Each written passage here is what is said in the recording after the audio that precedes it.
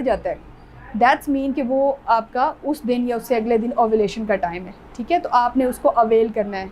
इसके अलावा ओव्यूलेशन के बाद परसिस्टेंटली टेम्परेचर उसी तरह से ही रहता है, इसलिए उसके बाद रिकॉर्ड करने का कोई इतना 2-3 दिन अगर आपका रेगुलर रूटीन में उतना ही रह रहा है, ज़्यादा है, तो इसका मतलब है ओव्यूलेशन हो चुकी है। दूसरा ये तरीका होता है कि उसमें ओव्यूलेशन डिटेक्शन किट्स भी मिलती हैं, जो कि पेशेंट्स को ज़रा एक्सपेंसिव भी लगती हैं, बाज़ औक़ात अवेलेबल भी नहीं होती।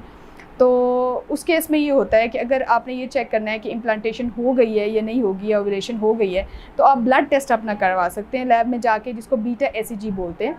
उसके थ्रू भी पता चल जाता है। बिफ़ोर आपके ओवरड्यू अभी नहीं हुए, तो आप उससे पहले ही पता करा सकते हैं कि प्रेगनेंसी हुई है या नहीं। तो ब्लड टेस्ट भी आप कर सकते हैं।